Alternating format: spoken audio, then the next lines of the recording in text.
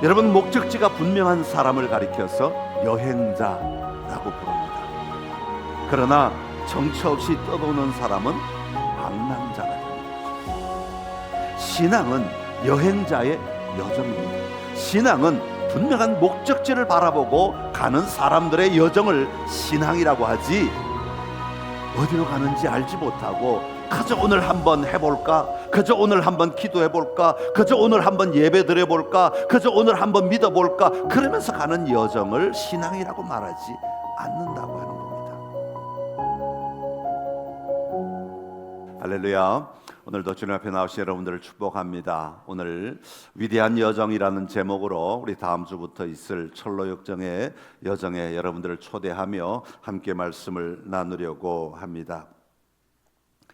체드윅이라고 하는 미국의 아주 유명한 수영선수, 여자 수영선수가 있었습니다.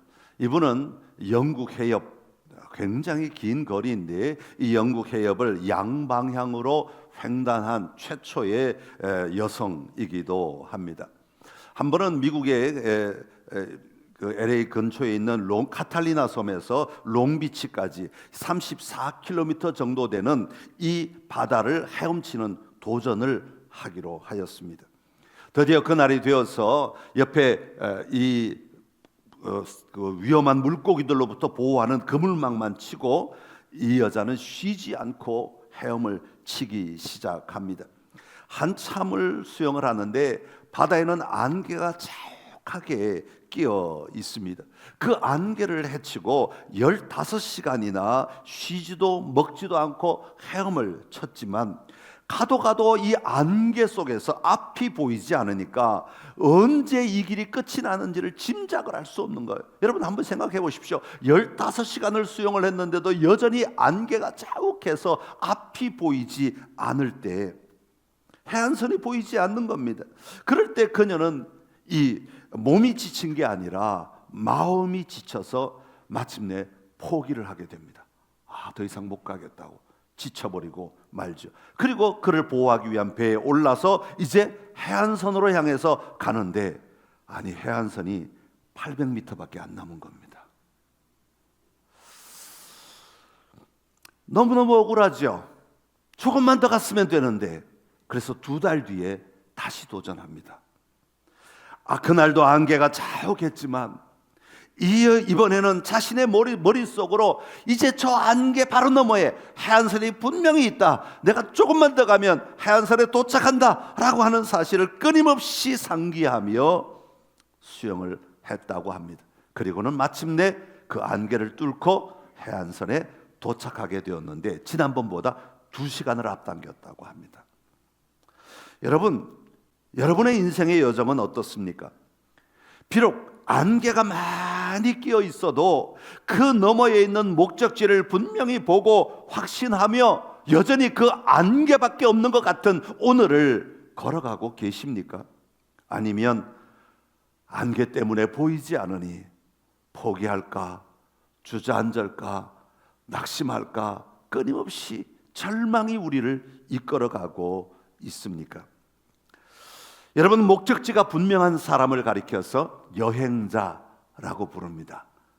그러나 정처 없이 떠도는 사람은 방랑자가 되는 거죠. 신앙은 여행자의 여정입니다. 신앙은 분명한 목적지를 바라보고 가는 사람들의 여정을 신앙이라고 하지, 어디로 가는지 알지 못하고 그저 오늘 한번 해볼까, 그저 오늘 한번 기도해볼까, 그저 오늘 한번 예배 드려볼까, 그저 오늘 한번 믿어볼까, 그러면서 가는 여정을 신앙이라고 말하지 않는다고 하는 겁니다. 이것을 위해 선창교회는 이번 사순절에 철로역정책을 함께 읽으며 말씀을 듣고 삶을 나누며 신앙의 여정을 다시 한번 점검하는 순례길을 떠나려고 합니다. 철로역정이라고 하는 책은 존 버년이라고 하는 사람이 쓴 책입니다. 이분은 영국 청교도의 목회자였습니다. 그런데 영국 국교인 영국 성공회가 허가 없이 복음을 전했다는 이유로 이 베드포드 감옥에 이 사람을 집어넣게 됩니다. 1660년에 감옥에 갇혀서 약 12년 동안이나 감옥 생활을 하게 되는데 그 감옥 생활에서 이 책을 쓰게 되는 겁니다. 1678년에 처음에 이 책이 출간된 이후로 성경 다음으로 가장 많이 읽힌 신앙서적이 바로 철로역정입니다. 그런데 우리가 아직 못 읽었다면 문제가 있죠. 다 읽으셔야 됩니다. 성경 다음으로 전 세계적으로 가장 많이 읽힌 신앙서적이 철로역정이죠. 200개 이상의 언어로 번역되었고 우리나라에는요, 이 책이 언제 들어온지 아십니까? 1895년에 게일 선교사에 의해 처음으로 번역이 되었습니다. 성경 다음으로 가장 빨리 번역된 외국 서적이라고 해도 과언이 아닐 것입니다. 찰스 스펄전이라고 하는 목사님은 이 책을 찌르면 성경의 피가 흐른다, 그렇게 말할 정도로 성경의 온갖 내용들이 다 이 책 속에 함축되어 들어있고 이분은 평생 100번 이상을 이 철로역정을 읽었다고 합니다. 여러분이 잘 아는 빈센트 반 고흐, 우리 위대한 화가죠. 이 사람은 1876년 영국의 한 교회에서 전한 그의 인생의 첫 설교 제목이 철로역정이었습니다. 고흐가 목회자인 건 아십니까? 설교를 먼저 한 사람이에요. 그림보다. 철로역정이었어요. 그리고 그의 작품 구석구석에 이 순례자의 여정을 표현하는 그림을 계속해서 그려 나갔던 것이죠. 여러분, 이 책의 주인공은 크리스천입니다. 오늘 우리 그리스도인을 의인화해서 만든 이야기입니다. 그가 만나는 고집이나 수다쟁이나 절망이나 허영이나 이런 모든 사람들은 우리 내면의 갈등을 의인화하여 글을 쓰고 있는 거죠. 내가 만나는 다른 사람이 아니라 바로 내 안에 있는 이런 모습들을 이 글로 의인화하여서 표현하고 있는 겁니다. 오늘은 다음 주일부터 시작될 철로역정의 여정에 앞서 왜 우리가 이 길을 떠나야 하는지 그 의미를 함께 나누려고 합니다. 이 철로역정을 통해 여러분 각자가, 여러분의 가정이, 더 나아가 우리 선창교회가 우리의 삶의 자리에서 하나님의 나라를 누리며 그 나라 백성으로 승리하는 삶을 향해 힘찬 믿음의 발걸음을 옮겨놓는 성도, 또 기회가 될 수 있기를 간절히 기원합니다. 자, 먼저 이 책을 통해 우리는 우리의 신분을 확인해야 합니다. 우리 13절의 말씀인데요, 우리 성경 보시면서 13절의 말씀을 같이 읽어 보겠습니다. 이 사람들은 다 믿음을 따라 죽었으며 그것들을 멀리서 보고 환영하며 또 땅에서는 외국인과 나그네임을 증언하였으나이. 여기 보면 하나님의 백성의 두 가지 중요한 신분을 소개하고 있습니다. 첫 번째는 뭐라고 말하는 거 하니까 믿음이라고 말합니다. 믿음으로 사는 사람들이다. 하나님의 백성은 믿음으로 사는 사람들이다, 그렇게 말합니다. 아브라함이나 이삭이나 야곱이나 사라와 같은 모든 사람은 믿음으로 살다가 믿음으로 죽었다라고 말하고 있습니다.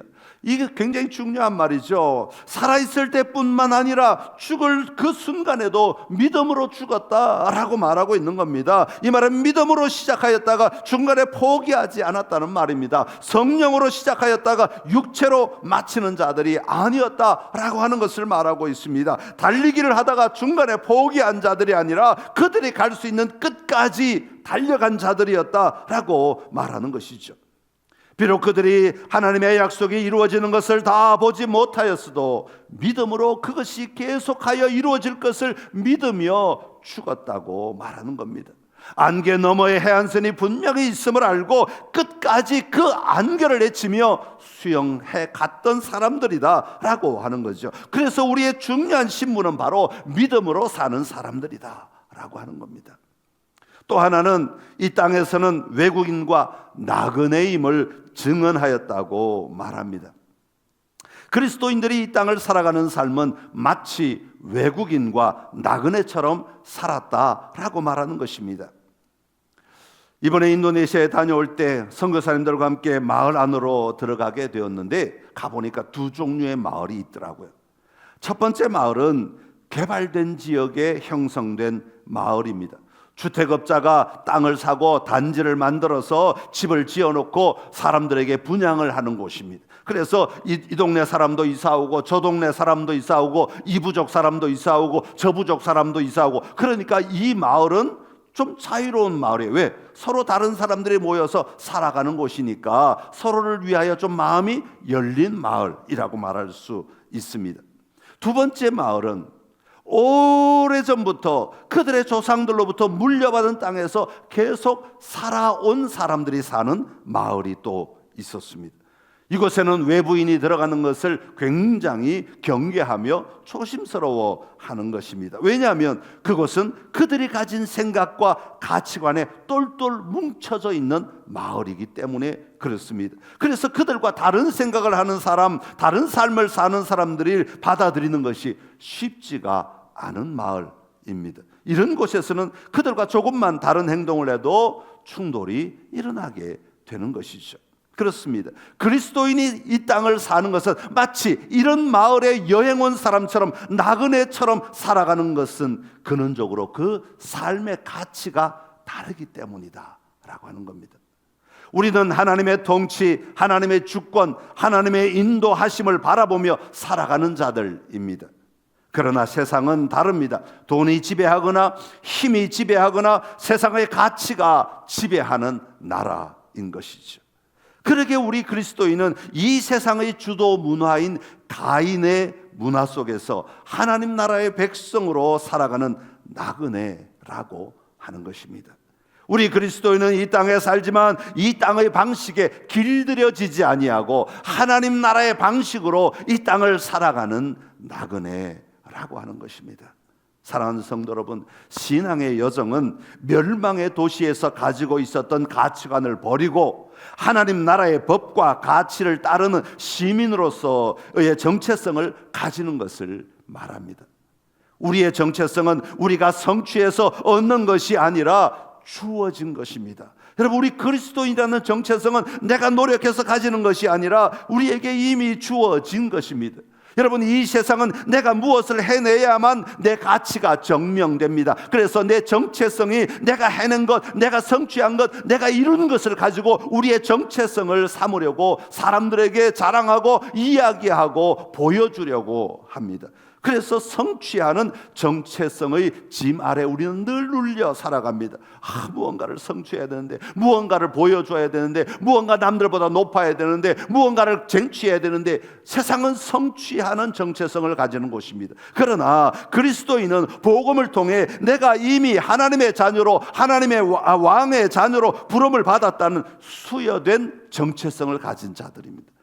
하나님이 이미 우리를 부르시고 하나님이 우리를 붙드시고 하나님이 내가 너를 존귀하게 여긴다, 하나님께서 내가 너를 나의 자녀로 삼았다라고 말씀하셨다라고 하는 겁니다. 그러기에 우리는 부여받은 정체성을 가진 자들이다 라고 하는 거죠. 그러기에 신앙의 여정은 이 정체성을 끊임없이 발견하고 확인하고 점검하며 사는 여정이 신앙 여정인 것입니다.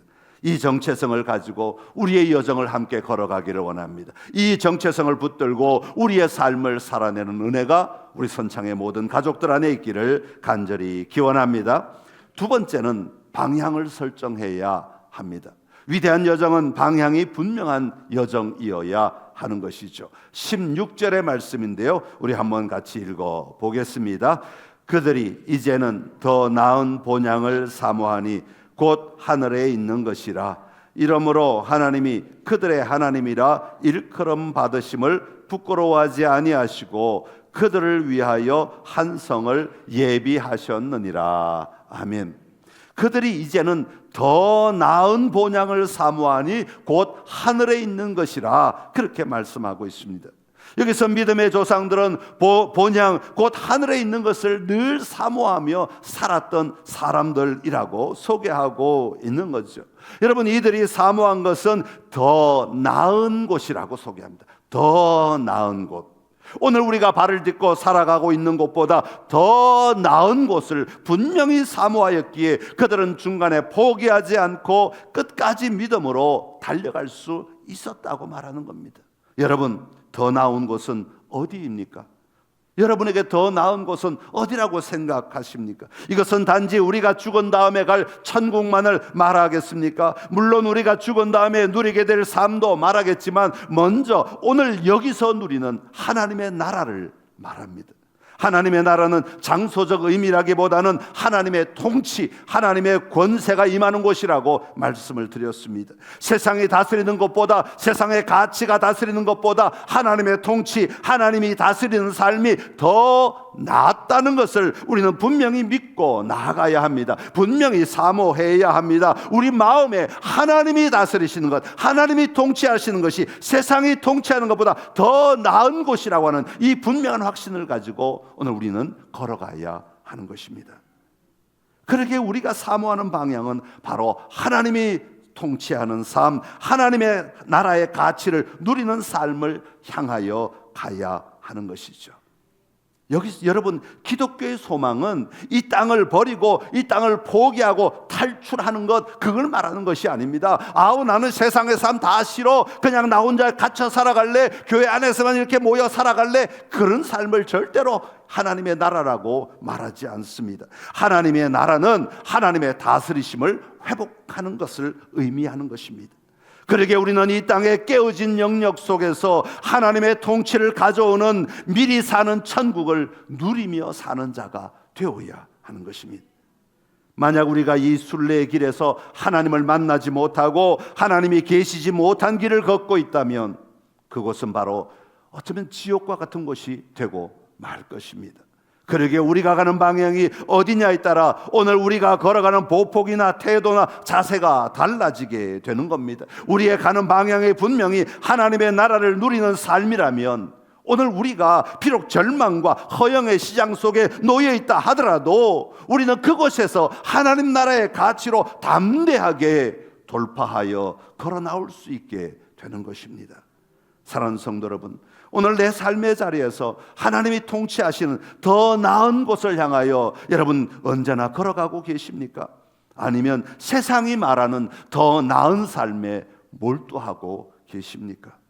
우리는 발걸음을 옮겨 놓아야 합니다. 하나님이 통치하시는 영역이 점점 더 많아지는 곳으로 발걸음을 옮겨 놓아야 합니다. 하나님이 통치하시는, 하나님이 내 삶에 임하셔서 내 삶을 다스리는 삶의 영역이 점점 더 많아지도록 하나님께 우리의 삶을 내어드리는 여정을 걸어가야 한다. 발걸음을 옮겨 놓아야 한다는 것이죠.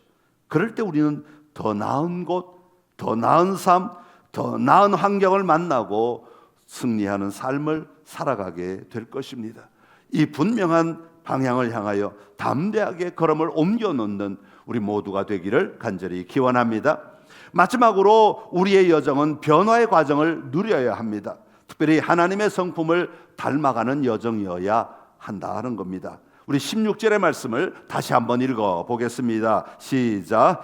그들이 이제는 더 나은 본향을 사모하니 곧 하늘에 있는 것이라. 이러므로 하나님이 그들의 하나님이라 일컬음 받으심을 부끄러워하지 아니하시고 그들을 위하여 한 성을 예비하셨느니라. 아멘. 하나님은 하나님이 그들의 하나님이라 일컬음을 받으심을 부끄러워하지 않으셨다, 그렇게 말합니다. 여러분 어떠세요? 아브라함, 이삭, 야곱, 요셉의 하나님이라, 아브라함의 하나님이라, 이삭의 하나님이라, 야곱의 하나님이라 불리어지는 것을 부끄러워하지 않으셨대요. 여러분의 이름을 한번 넣어볼까요? 김혁의 하나님이라 불리는 것을 하나님이 부끄러워하지 않으실까요? 여러분의 하나님, 여러분의 하나님이라고 하나님이 불려지는 것에 대하여 하나님이 자랑스러워하고 계십니까? 즐거워하고 계시느냐 말이야. 내가 이렇게 살아냄으로 말미암아, 내가 하나님을 위하여 이렇게 살아냄으로 말미암아 나의 하나님이라고 고백되는 그 하나님의 이름이 아름답게 들려지고 있는가 하는 것입니다. 부끄러워하지 않으셨다는 말은 기뻐하셨다는 뜻입니다. 야곱의 하나님이라 불려지는 것을 하나님은 기뻐하셨다는 거예요. 아브라함의 하나님이라 불려지는 것을 하나님은 기뻐하셨다고 말씀하고 있는 거죠. 이 땅에 살면서도 세상에 얽매이거나 물들지 아니하고 세상의 가치에 끌려다니지 아니하고 하나님 나라를 향하여 전진해가는 자들, 하나님 나라의 가치를 붙들고 하나님 나라의 사고방식으로 살아내려고 몸부림치는 그들을 하나님은 기뻐하셨다라고 말씀하는 것입니다. 이것이 바로 우리가 살아내야 할 성화의 삶인 거죠. 유진 피터슨은 말하기를 성화는 한결같은 방향으로의 오랜 순종이다, 그렇게 말해요.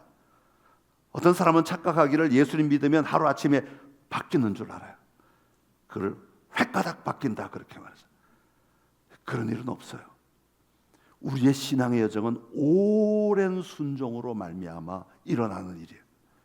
오늘도 변화되고 오늘도 내 안에 생각이 바뀌고 또 그것이 습관이 되고 또 다 잘못된 생각이 또 드러나고 또 바뀌고 그것이 다시 습관이 되고, 그래서 우리의 삶이 나도 모르게 끊임없이 하나님이 원하시는 삶으로 빚어져가는 삶, 이것을 성화의 삶이라고 말하는 것이고, 그 성화의 삶을 살아내는 것이 우리의 신앙이라고 말하는 거예요.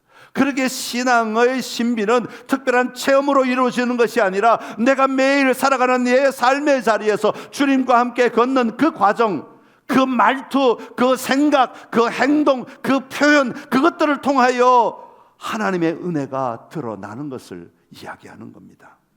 그러기에 성화의 삶은 내가 살아내려고 애쓰고 수고한다고만 되는 것이 아니라 주의 성품을 담기 위해 나를 내어드리는 훈련을 끊임없이 해야 하는 것이에요. 세상에 살아가고 있는, 세상 속에 살아가고 있는 오늘 우리 그리스도인은, 하나님의 나라의 가치를 가진 우리는 더하는 삶보다 어쩌면 깎아내는 삶이 더 필요할지도 몰라요.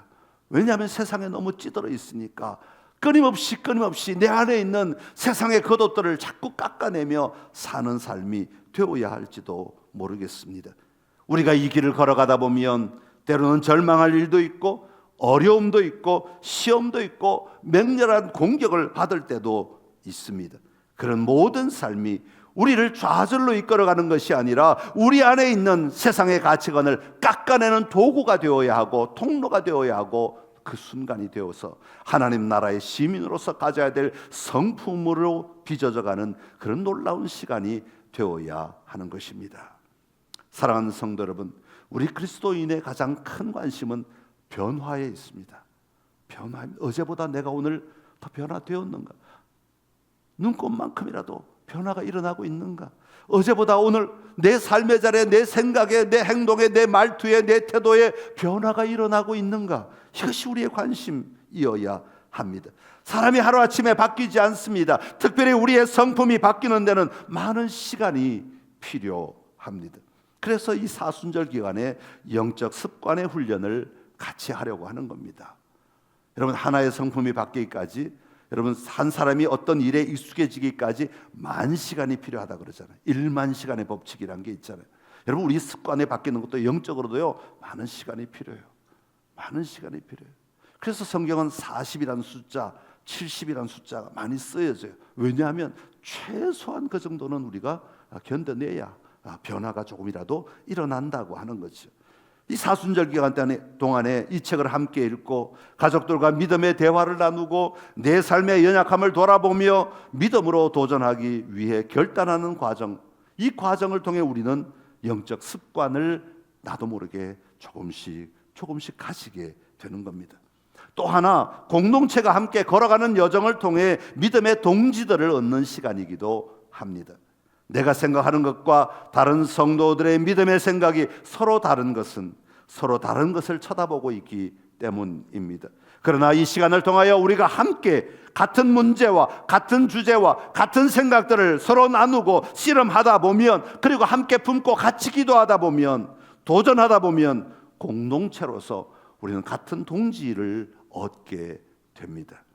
우리는 공동체를 통해 신실을 만나게 되고 소망을 만나게 되는 겁니다. 서로가 서로에게 신실함으로 소망으로 격려하며 걸어갈 때에 우리는 서로 세워져 가고 서로 힘을 얻고 또 서로 변화되는 삶을 살아가게 되는 거죠. 여러분, 철로역정은 혼자 가는 길이 아닙니다. 다음 주일부터 철로역정을 시작하게 될 터인데, 다음 주일 혹시 책을 사신 분들은 1장 순례자의 커다란 괴로움을 읽고 오시기 바랍니다. 우리가 그 부분을 가지고 함께 나누고 대화하려고 합니다. 여러분 함께 참여하셔서 이 여정을 통해서 여러분의 삶이, 여러분의 성품이, 여러분의 마음이 하나님이 기뻐하시는 삶으로 계속해서 도전하는 은혜가 함께 걸어가기를 간절히 기원합니다. 이 시간 표대를 향하여 우리 같이 찬양하고 기도하겠습니다. 내게 유익하던 것을 다 해로 여기네. 구주를 위하여 모두 다 버리네. 모든 것을 잃어버려도 아깝지 않음은 예수를 아는 지식이 가장 고상함이라. 육체를 신뢰하지 않고 겸손한 마음으로 부활의 능력과 고난에 참여하며 그의 죽으심을 본받아 그리스도를 얻고 예수의 안에서 발견되려 함이라. 표대를 향하여 그리스도 예수 안에서 부름의 상을 위하여 달려가노라. 이전에 있는 것은 모두 잊어버리고 앞에 계신 그리스도께로 달려가노라. 표대를 향하여 그리스도 예수 안에서 부름의 상을 위하여 달려가노라. 이전에 있는 것은 모두 잊어버리고 앞에 계신 그리스도께로 달려가노라. 율법에서 난 것이 아니요, 율법에서 난 것이 아니요, 오직 그리스도를 믿는 믿음으로 난 것이라.